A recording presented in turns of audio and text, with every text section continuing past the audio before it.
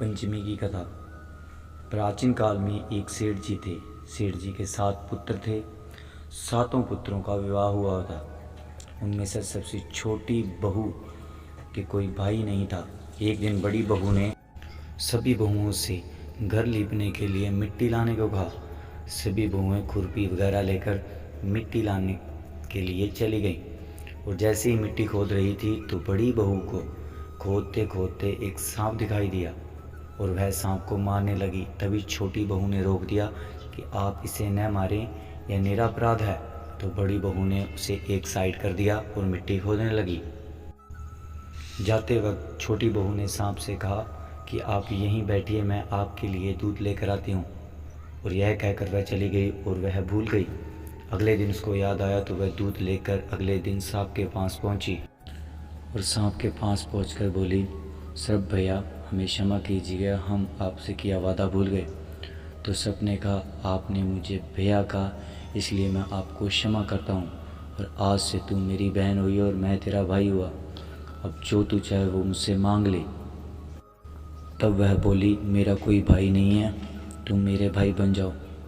तो वह मनुष्य का रूप धारण करके उसके घर में चला आया और उनके घर जाकर उनके घर वालों से कहने लगा कि मेरी बहन को मेरे साथ कुछ दिन के लिए घर भेज दीजिए। तब उन्होंने उसे पहचाना नहीं। तब उन्होंने कहा कि मैं इनके दूर के रिश्तेदार का भाई हूँ। तब उन्होंने मान लिया और उनको उनके साथ घर भेज दिया। सर्प के घर पहुंचकर वह चकित रह गई क्योंकि वहाँ धन ऐश्वर्य की कोई कमी नहीं थी। इस तरह वह उनके घर रहने लगी। एक दिन उसकी माता ने कहा कि तुम सर्प को ठंडा दूध करके पिला देना, लेकिन वह दूध को ठंडा करना भूल गई और गर्म दूध ही सांप को पिला दिया, जिससे सांप का मुंह जल गया। इस बात पर सबकी माता को गुस्सा आया, लेकिन सब ने उन्हें रोक दिया और जब जाते वक्त सब ने उन्हें बहुत से स्वर्ण जवाहरात गहने दिए। और ऐसा देखने पर जब वह घर गई तो उन्होंने कहा कि अब तुम और गहने लाओ और झाड़ू वगैरह सब लाओ। तो और गहने दिए, सबने सब कुछ दिया उनको। और जब यह बात नगर के राजा को पता लगी तो उन्होंने देखा कि उनके पास बहुत सुंदर हार है। तो रानी ने उसे पहनने की इच्छा जताई। जब वह हार सेठ जी के द्वारा रानी को दिया गया तो वह बहू नाराज़ हो गई और उसने सर्प भैया को याद किया। तब सर्प भैया प्रकट हो गए।